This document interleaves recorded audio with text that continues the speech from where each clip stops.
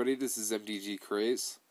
I am very sorry I do not have a tripod, but I thought that I could do this video without it, because I do have pretty clear video, and let's get to it. This is my commander deck. It is Erebos, God of the Dead, as you can see. I chose them because it's really cool. I really like the gods and how they're indestructible and everything, and I thought that was a really unique idea. So, yeah, let's look at it. The fact that it has your opponents can't gain life is a really cool ability, and I feel it's just awesome. And the ability to pay 2 mana, pay 2 life, and draw a card, it's really helpful when you get into tough jams. And always having an indestructible commander is good. So, that's commander. Alright, now let's get into the land base. We have Bloodstained Mire. This is just a fetch land, and it is legal in Commander. I just like to have the fetches so I can go and draw a card, basically. It lets you thin out the deck and draw a card. And I know I don't have the other ones of these, but I'm trying to trade for them. Like the other day, I almost traded for Polluted Delta, but he decided to hang on to it, so I was like, alright, that's cool, that's cool. And Terramorphic Expanse, for some reason I can't find them, so... yeah. Cabal Pit. It's black mana, and it deals 1 to you, but for Threshold it will it can give a creature -2/-2, so you never know when that can be really helpful. So then Evolving Wilds, fetch land to draw a card. Haunted Fengrath, 3 mana, and sacrifice it to return a creature card at random from your graveyard to your hand. That's really useful to get your devotion on. Then you have Homeward Path, which is really useful against some decks, and it's neat to have it in there. Mutavault, it's really useful sometimes when you're in those jams where everybody's board wiping all the time. Mystifying Maze is an amazing card. Being able to flicker an opponent's creature is pretty sweet. You can get rid of it for a turn, and it also ends up tapped, so you can go through their board easier. Now, obviously, we couldn't have a devotion deck without Nykthos, so yeah, add a lot of mana, and yeah, get that going. Then Opal Palace lets your commander come in with multiple +1/+1 counters, so that's pretty cool. It's always good to have those kind of cards as one-ofs. Then we have Peat Bog. When it comes into play tapped, it comes into play tapped with 2 counters on it, and each counter makes 2 mana, and once it's run out of counters, you sacrifice it. So that's really cool. Rogue's Passage, make a creature unblockable, really useful. Safe Haven, this is one of my favorite cards in the deck because of the devotion triggers.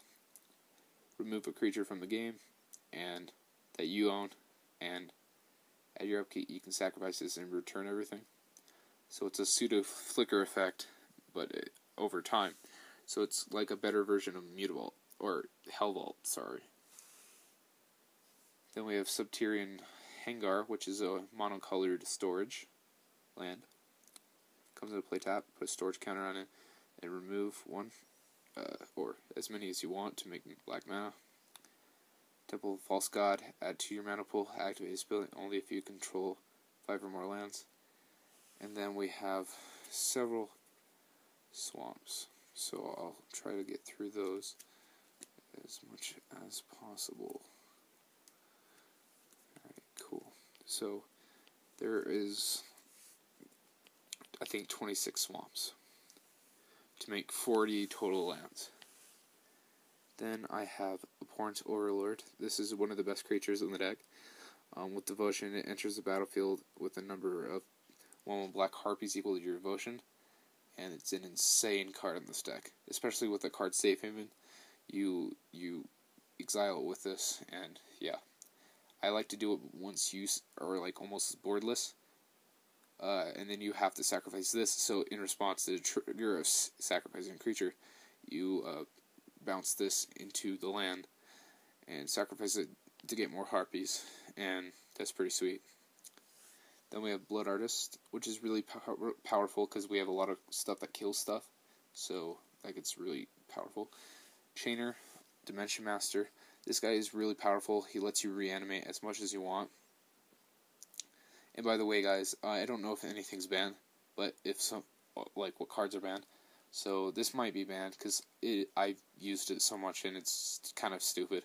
So tell me if it is or not. But yeah, Chainer Dimension Master is really awesome. I really like his ability being able to reanimate anything. So that's sweet. Dredge Skeleton, the ability to regenerate and the devotion I have is why I have it. And the fact it costs really only 2. Then we have Faceless Butcher, which is really sweet. Exile a creature as long as it's out. Falconwrath Noble, a little costier version of Blood Artist, like it. Grey Merchant, this is also one of the best cards in the deck, making your opponents lose a whole bunch of life and then you gain a whole bunch of life. That's awesome. With Safe Haven, exile it, get stuff done. Grotesque Hybrid, this guy is really cool. The fact that he can deal combat damage to a creature and then it's like Death Touch, but it can't be regenerated. And it gains flying or protection from green and white until the end of turn. This card's really good, and it can get devotion, so that's sweet. Then we have Infected Vermin, which does 1 to each creature and each player, which is cool. But it also has Threshold, which is 3 damage to each creature and player. So you just do it multiple times, like the trigger on the stack, and you can do really sweet board wipe with this creature. Liliana's Reaver, the fact that it has Death Touch is actually why I have it. But when it deals combat to the player, you can just make that player discard a card and get zombies, and that's really powerful.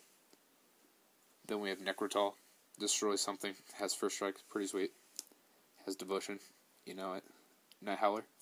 This is equal to all creatures in the graveyards. Makes creatures really huge, or itself huge, so it's awesome. Pack Rat. It's a Devotion Beast, and it can get really out of hand. Then we have Phyrexian Gargantuan. This card's awesome. It's only a 4/4 for 6, but it does have devotion, and it lets you draw 2 cards for 2 life, so that's really powerful. Restless Dead is just another copy of Dredge Skeletons.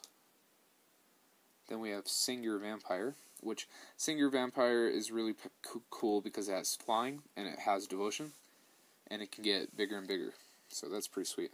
Then we have Shadowborn Demon, that can kill non-demon creatures, and in the late game stay out for a little bit longer, so I like that. Now this card is kind of bad in a way, but also really powerful. Like, it cannot attack if there is another creature in play, and during my upkeep I lose 3 life, but it can remove any creature from the game and put a counter on itself. So that is really cool when I need to get everything out of the way, and then you just Grey Merchant and get all your life back. So that's pretty cool. Then you have Skurstag High Priest, Morbid, make some demons, because you do kill stuff a lot with this deck. Then you have Solemn Simulacrum to ramp up your swamps. Soul Cage Fiend is just for devotion, but also when it dies, each player loses 3 life, so it kind of evens the curve out with people's lives. This card's sweet, I just found it. When it enters the battlefield, it takes all +1/+1 counters and puts it on himself, so that's pretty sweet. And then the last creature, Vampire Nighthawk, flying, Death Touch, lifelink. Why not? Alright, so now we have the spells. Bad Moon, black creatures get +1/+1, which is also your opponent's creatures, just for some multiplayer fun. Bartered Blood, each player sacrifices 2 creatures. Black Sun Zenith, put a -1/-1 counters on each creature. Shovel them back in. That's one of the only thing that kills my commander too, so that's pretty cool. I'm just joking. Bone Splinter, sacrifice a creature to destroy a creature. Brain Spoil, I like this card because it can destroy a creature that isn't enchanted, but I actually use it for a tutor for Grey Merchant. 3 mana, go tutor for Grey Merchant. So, Chalice of Life, I like this card because I have Phyrexian Arena and Underworld connections in this deck, so you can just tap, and gain that life back that you lose every turn.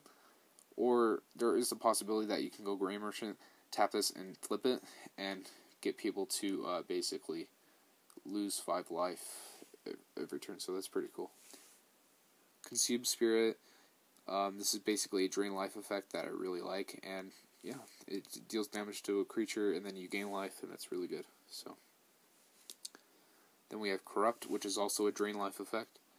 Deal damage to creature or player and gain life. So I like that with swamps.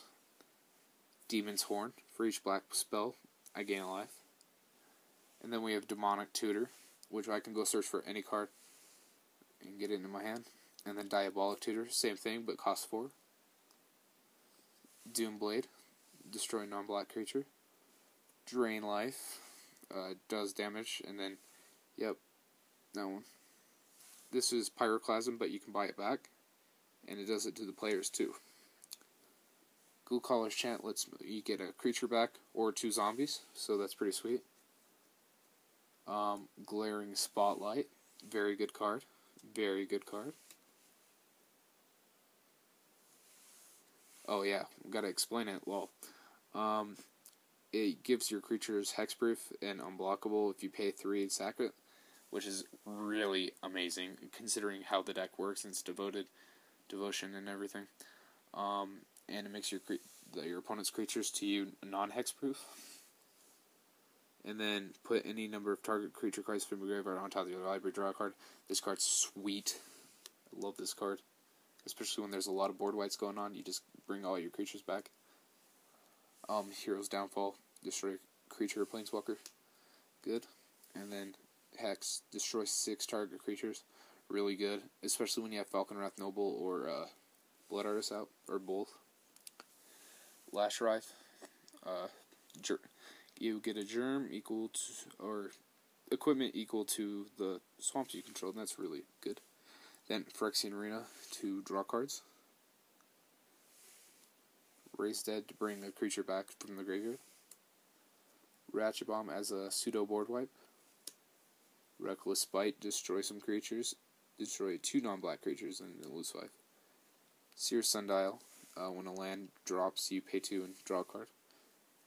Sickening Dreams, as additional cost, you can discard as many cards as you want and deal that much to each creature and each player. Smallpox, each player loses life, discards a card to sacrifice a creature. This is sacrifice line. I like this when I'm in control. It's a good card when I'm really in control. So, Soul Ring, pay 2. That's really good.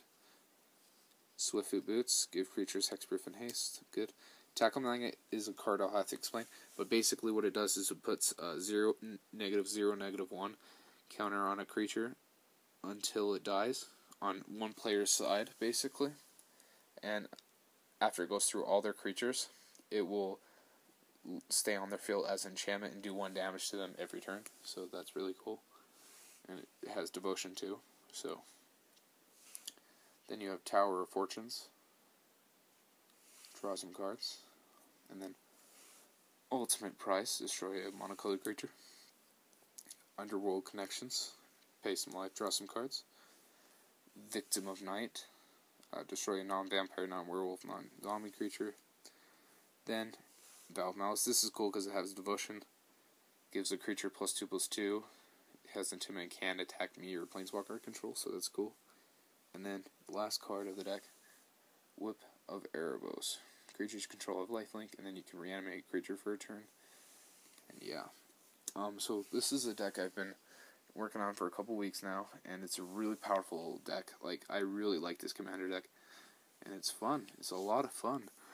Give me suggestions, and I know that there's cards that I should have in the deck already, like Mutilate, Damnation, more fetch lands, and even swords, but I don't have the time or money to get them, so yeah, thanks for watching, guys.